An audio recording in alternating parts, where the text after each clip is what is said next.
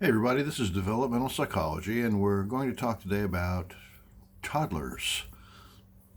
So, toddlerhood is a stage that's somewhere between 2 and the end of the third year, or up until the third year, depending upon how you look at this sort of thing. The ages are not as important as understanding the shifts and changes that occur as children move forward in their lives. I have two videos to show you. They're in the PowerPoint, and you would be well to look at those. I believe they are hyperlinked, so give them a try. First one is a couple minutes long, and it's a couple of twins, toddlers, talking to each other. It's not only funny, but it's very interesting to see how much nonverbal communication exists with these two boys talking to each other. They're twins. And then the next one is just a funny one on a toddler and a cat playing, and the way in which play really is symbolic of other things. Okay, so what does a toddler look like? Well, if you've been around them, you'll know they have short, stubby feet. They have that are thick, big heads, chubby cheeks, big round bellies, and short, stubby hands, and yeah, whoops, got that out of the way there. And so they have a very distinctive look, don't they? Growth slows in toddlerhood. At birth, the average is around 7 pounds and around 19 inches. At the end of 36 months, around 32 pounds and 38 inches. So between the first year, which is 21 pounds and 29 inches, and the third year, 32 pounds and 38 inches, you can see that growth is slowing, but steady. In terms of moving, we can say that toddlerhood is a bad name because they don't toddle very long. They get a very effective stride by the time they're 3, sometimes before. They can negotiate slopes and stairs long before that by crawling up them and backing down them. They're very interested in doing that. 85% of 2-year-olds can walk up and down a flight of stairs with assistance by holding on to something. Running and jumping by age 4, they do everything: swimming and skating and sliding and pounding and dragging and wrestling and throwing and catching. You name it, they do everything. And they do that because they are learning how they can interact with the physical world and make things happen that they want to have happen. They're also discovering the laws of physics, aren't they? Because they learn about force and with their fine motor control, the amount of acuity it takes to pick this up versus that. All just a fascinating array of things that they are able to do. This also brings with it the need for additional supervision.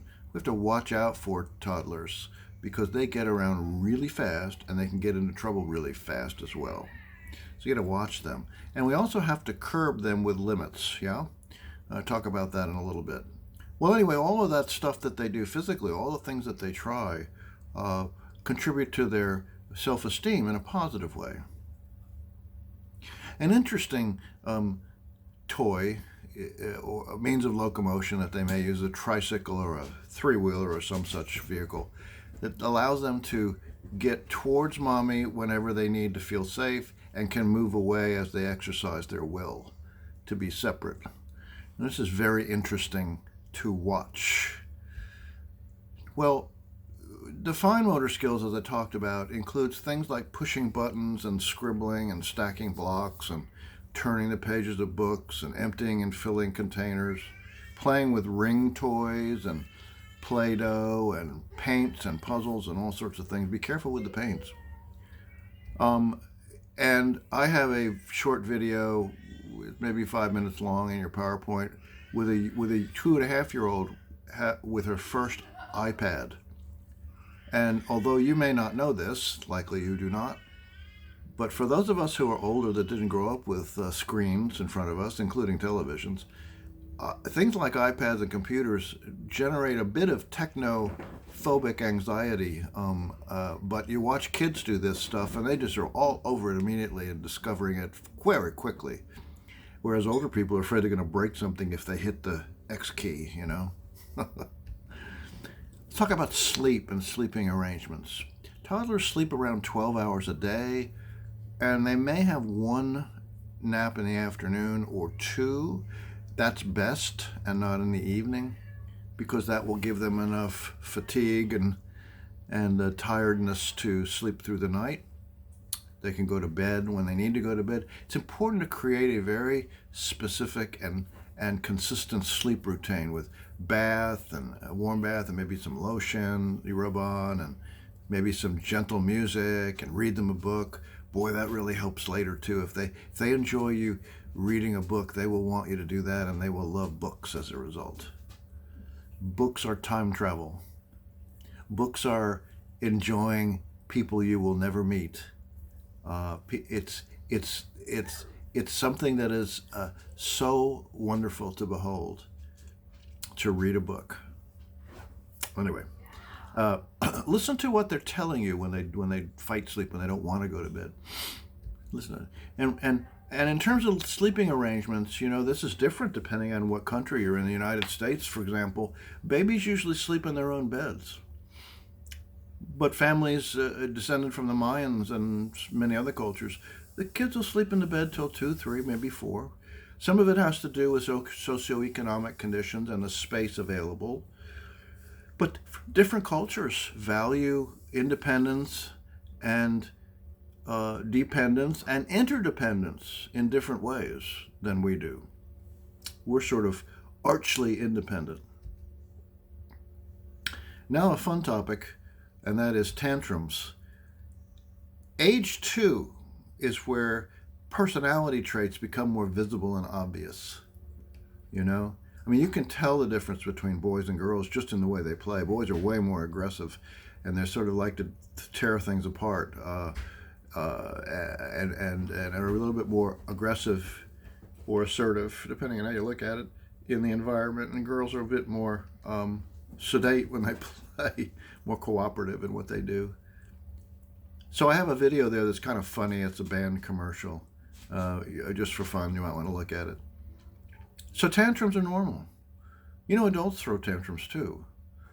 They essentially constitute a dysregulation of emotions, or in adults we might call that a decompensation from rational processes taking control of us in a good way, and we sort of lose the ability to handle stress that we're under. Well, that's kind of what tantrums are.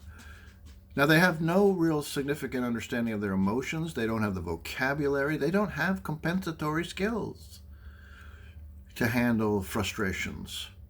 Toddlers are active, and they're autonomous, and they're egocentric, and they're illogical and emotional. And so you would expect that tantrums would be an emergent property based on those characteristics. And they are. Okay? So handling these, although this is not a parenting class, is interesting to think about for a moment. We want to help us and help them identify what the triggers are. And as a parent, always stay calm and speak very quietly. Always protect an out-of-control child. You can hold them, wrap your arms around them, talk to them very gently, reassure, and explain. They can understand more than they can produce in terms of language. Don't give in to tantrums, or you have taught them to to produce a tantrum the next time. See, rub their back, hug them, show them how to be angry if they want to still be angry. Take a pillow and beat it on the couch, or take their hands and beat the pillow. Sing them a soft song, and by the way, they don't care what it sounds like or whether you're in tune or whether it's rhyming at all. Just make it up. Like, I'll just do one. How about that? We're learning how to be angry. We're learning how to be angry. We're learning how to be angry. We're gonna hit the pillow. So you just make them up, you know. They like that. Okay. In terms of accidents in this age group, the main cause of death is accidents. Drowning is one of the big ones. Burns, poisoning, falls, aspirating material when they eat into their lungs are all typical things you see that may result in death. And exploration is the main culprit. They're so curious, and this is again why they need so much supervision, constant supervision. I don't understand how people can work and go do school and yet supervise a toddler. I don't understand how you guys are able to do that. I bow down to you. I bow down to you. Keep them properly secured in the car, because they'll be all over the place if you don't, right? In terms of dental care, the teeth that they will eventually lose and get their permanent teeth are usually in all by two and a half or thereabouts. That's when brushing and flossing should begin, to get them in the habit of that when their deciduous or teeth that will fall out come in.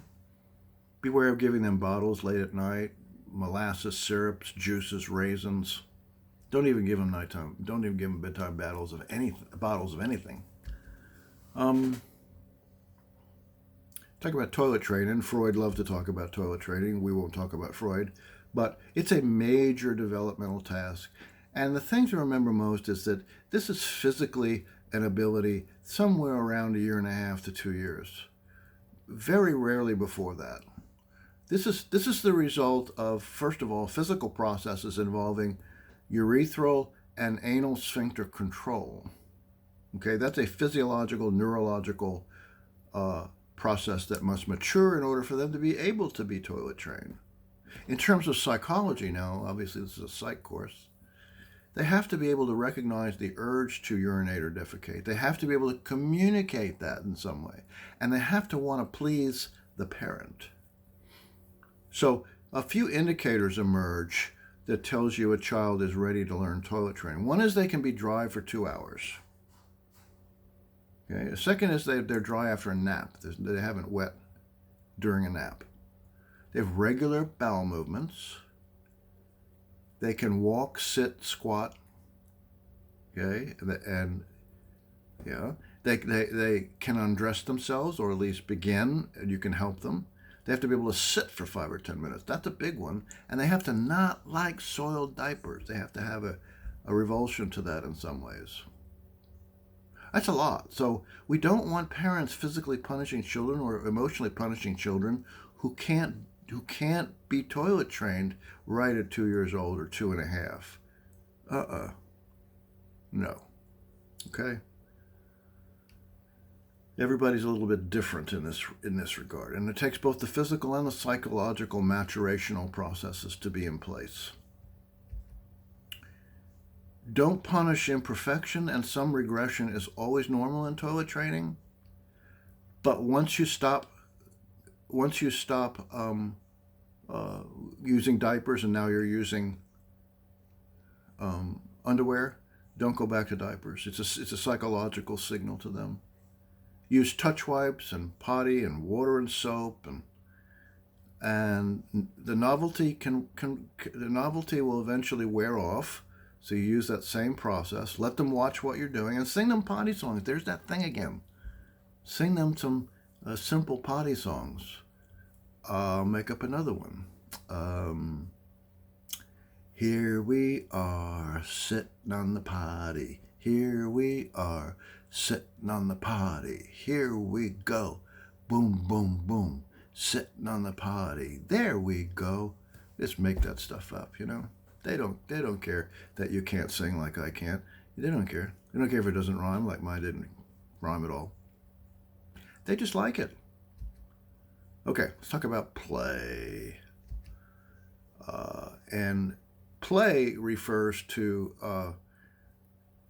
a number of processes, including coordinating one's body, acquiring skills with objects and tasks, mastering the environment and understanding even more about the physical world, expressing emotion, negotiating conflict. Had you any idea that play was involved in all this? Yes, it is.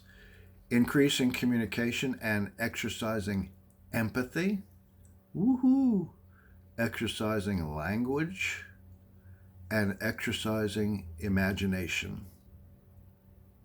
Play and imagination are things that somewhere along the line adults lose often, usually, and we don't want to lose those. We want to encourage those things among children.